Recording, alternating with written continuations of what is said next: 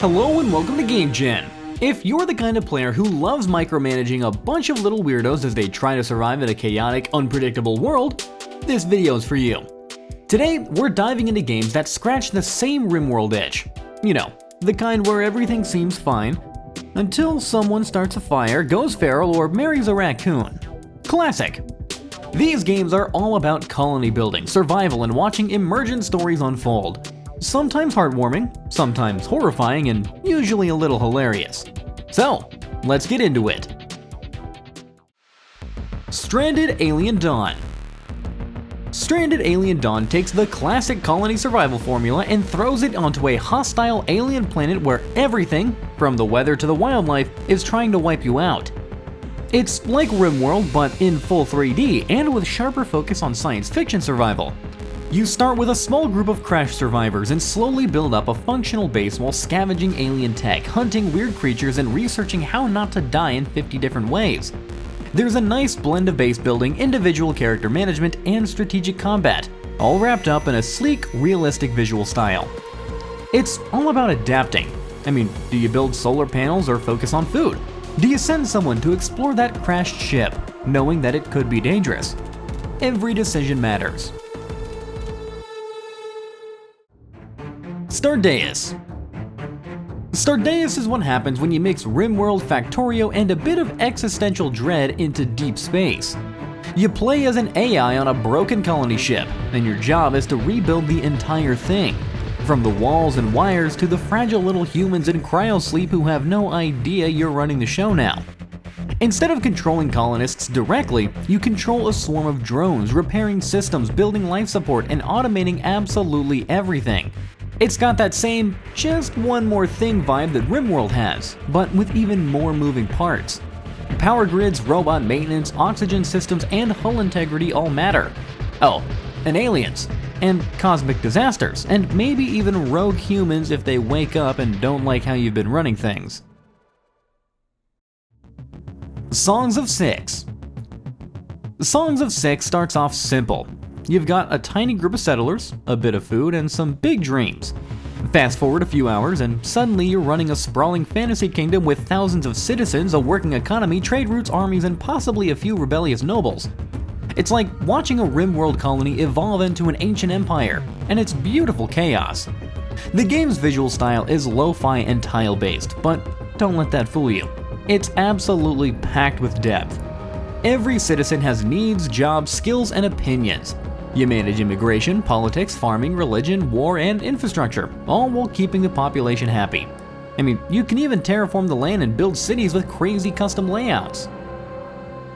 Hey, if you're enjoying this video and want to see more like it, be sure to hit that like button and subscribe to the channel. It really helps out the channel and lets me know you want more content like this. Alright, back to the video. Oxygen not included. If you ever wanted to manage a bunch of stressed out space colonists while digging through an asteroid and trying not to suffocate, Oxygen Not Included is your kind of chaos. Made by the same folks behind Don't Starve, this is a colony sim that looks adorable on the surface but hides a mind-meltingly complex simulation underneath. You start with 3 duplicates and a pocket of breathable air. Then, the clock starts ticking. You'll dig tunnels, build plumbing, manage power, scrub carbon dioxide, and desperately try to keep your base from turning into a toxic hotbox. Everything, from heat to gas pressure, is simulated in ridiculous detail, and mistakes usually snowball into hilarious disasters. But that's part of the fun. Dwarf Fortress. Dwarf Fortress is the grandfather of colony sims, a game so complex, it basically invented its own genre. You're in charge of a group of dwarves who are trying to build a fortress deep in the mountains. Sounds simple, right? Until you realize every dwarf has their own personality, relationships, backstory, and even favorite drinks. And every rock, flood, or tantrum can spiral into absolute chaos. This is the game where cats die from alcohol poisoning because they walk through spilled booze, where a vampire mayor might outlaw exports of socks because they're wearing socks. It's absurd, hilarious, and often tragic. But the new Steam version makes it way more accessible with proper graphics and UI. But the heart of the game is still the same. A living, breathing simulation where failure is not just likely, it's legendary. Norland. Norland is like RimWorld decided to wear medieval armor and get political. You manage a noble family in a city full of drama, schemes, backstabbing, and the occasional public hanging. You have a family tree, and your nobles have traits, desires, and relationships. Some might fall in love, some might betray each other, and others might just want to drink and fight. Meanwhile, you're also dealing with bandits, food shortages, trade, laws, and diplomacy with neighboring factions. Everything can spiral quickly, but that's where the fun is. What makes Norland stand out is how much personality that your city develops. It's not just numbers and systems, it's stories, feuds, love triangles, and weird little dramas that emerge on their own. Going medieval. Going medieval drops you into a post-apocalyptic 14th century where most of humanity is gone, and it's your job to rebuild civilization. You start with a few settlers and some basic supplies, then dig in. Literally. What really sets it apart is the vertical building system. Want to build a 5-story tower with an underground wine cellar? Go for it! The voxel-based construction gives you total creative freedom. But with that creativity comes danger. Raiders, starvation, weather, and plagues are always waiting to ruin your plans. Like RimWorld, every settler has their own skills, moods, and injuries. Watching your peaceful village turn into a fortress feels incredibly rewarding, especially when you survive a siege or fend off a bear with a makeshift militia. Space Haven. Base Haven is what happens when RimWorld decides to pack its bags, hop on a spaceship, and live out a sci-fi survival fantasy in deep space. You're not just building a base, you're building a starship from scratch, and you're keeping your crew alive while drifting through the cold, uncaring void of space. You'll manage everything from oxygen levels to temperature to crew morale and personality quirks. One guy might be a brilliant engineer but also a total neat freak, while another is great in a fight but absolutely terrible at social interaction. The game leans hard into simulation. Your ship layout does matter, your life support systems can fail, and you'll constantly be scavenging derelict ships that may or may not contain alien horrors. Clanfolk.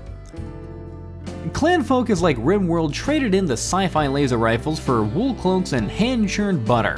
You're managing a Scottish medieval family in the Highlands, and every tiny detail, from harvesting hay to drying meat for winter, matters.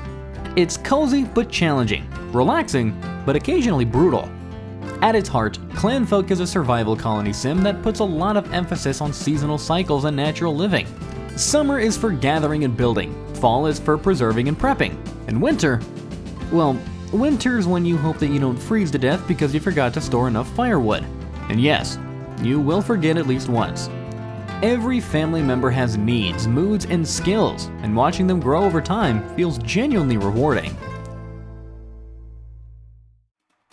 Ascent of Ashes.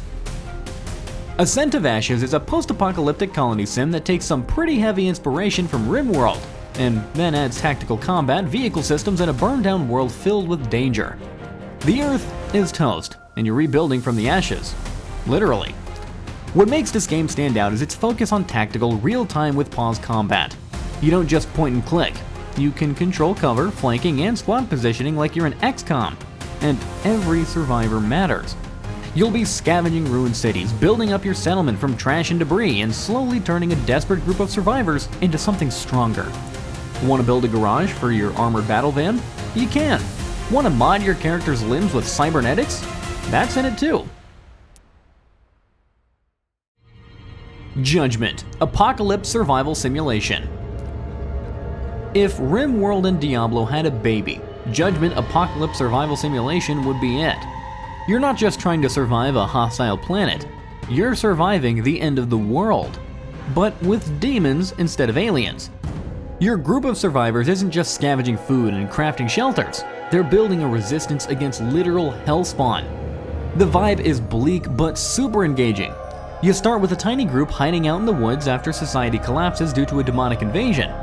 You'll build up your camp, research occult knowledge, and eventually craft weapons and spells to fight back.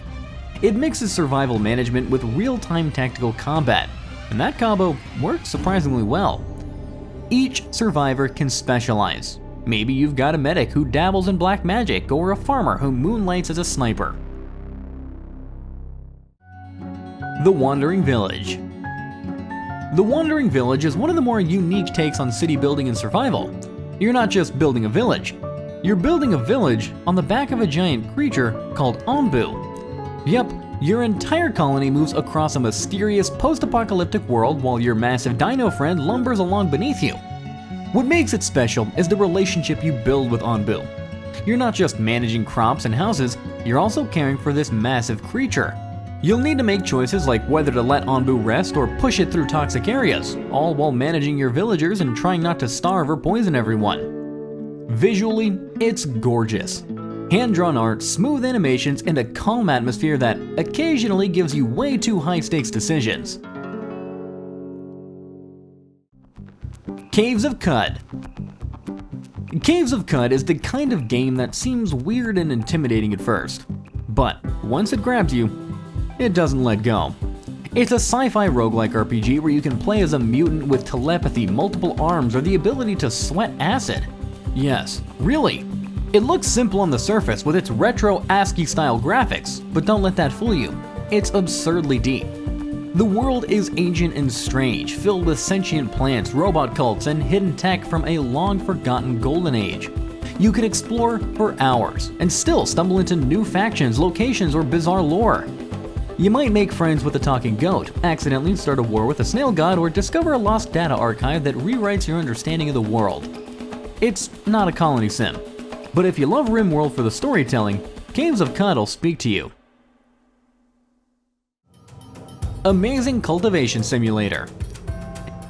If you've ever wanted to manage a group of monks striving for immortality while mastering mystical arts and feng shui, Amazing Cultivation Simulator is your jam. It's like RimWorld filtered through Chinese mythology and wuxia fantasy, and it's just as wild as it sounds. You start with a small sect and work your way up to building a spiritual powerhouse. Literally. You'll assign disciples, train them in different paths of cultivation, basically magical martial arts, build temples, gather rare materials, and craft magical artifacts. But the kicker is how deep and complex the systems are. Feng Shui placement matters, so does your sect's reputation, the cosmic balance of elements, and how your disciples align spiritually. Odd Realm. Odd Realm feels like someone said, what if Dwarf Fortress had a UI that didn't make you cry? It's a colony sim set in a fantasy world full of gods, ruins, monsters, and ancient mysteries. Yet, it manages to be chill and easy to get into. You start with a handful of settlers in a randomly generated world and begin carving out your new home, whether it's a mountain fortress, desert city, or lush valley farm. Like RimWorld or Dwarf Fortress, your colonists have their own personalities, needs, and weird behaviors. Some are lazy, others heroic, and some just want to hoard bread. The fantasy setting keeps things fresh. You can play as different races, humans, dwarves, ancients, even the undead, all with unique mechanics. I hope you found this video helpful. Be sure to leave a comment below if any of these games caught your eye, or if there are other upcoming releases you'd like to hear about. If you enjoyed this video, consider liking and subscribing for more gaming content in the future. Thanks for watching.